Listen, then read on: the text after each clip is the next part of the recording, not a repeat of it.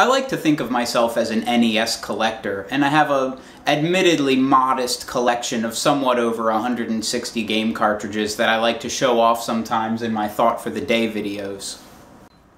To be honest with you, sometimes I enjoy looking at the labels, instruction manuals, boxes, things like that, way more than I actually enjoy playing the games themselves. Some people might not see the point in collecting multiple copies of the same game, but I think it's kind of interesting to compare them.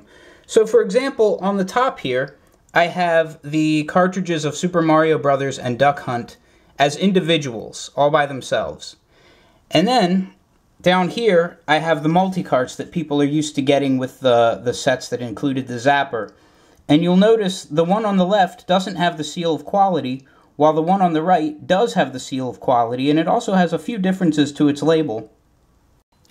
So here we have the multi-cart that came with the NES set that had the power pad included. This has Super Mario Bros., Duck Hunt, and World Class Track Meet. And you'll see that the one on the left doesn't have the Nintendo seal of quality, while the one on the right does. And I think sometimes with the older games, they just forgot to include it in the artwork. Also, the coloration of Mario's outfit is different from each one. It's sort of reversed. The red and white are backwards from one to the other, which I think is kind of interesting.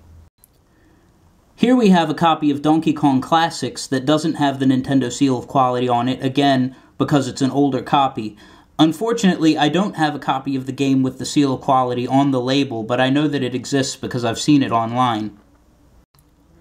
When Tengen, or Tengen, depending on who you ask, started making games for the NES, they were doing licensed games in the standard gray cartridges. After a while, though, they decided to try to defeat the lockout chip and they started producing their own black cartridges. And often, you can find NES games by this company in both the gray cartridges and the black cartridges.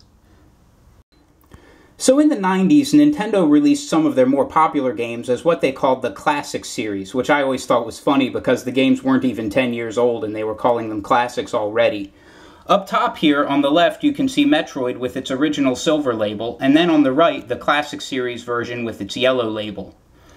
Below that, we have the original Adventure of Link cartridge, which is gold-colored with its original label, and then next to that, the gray cartridge re-release with its slightly different label.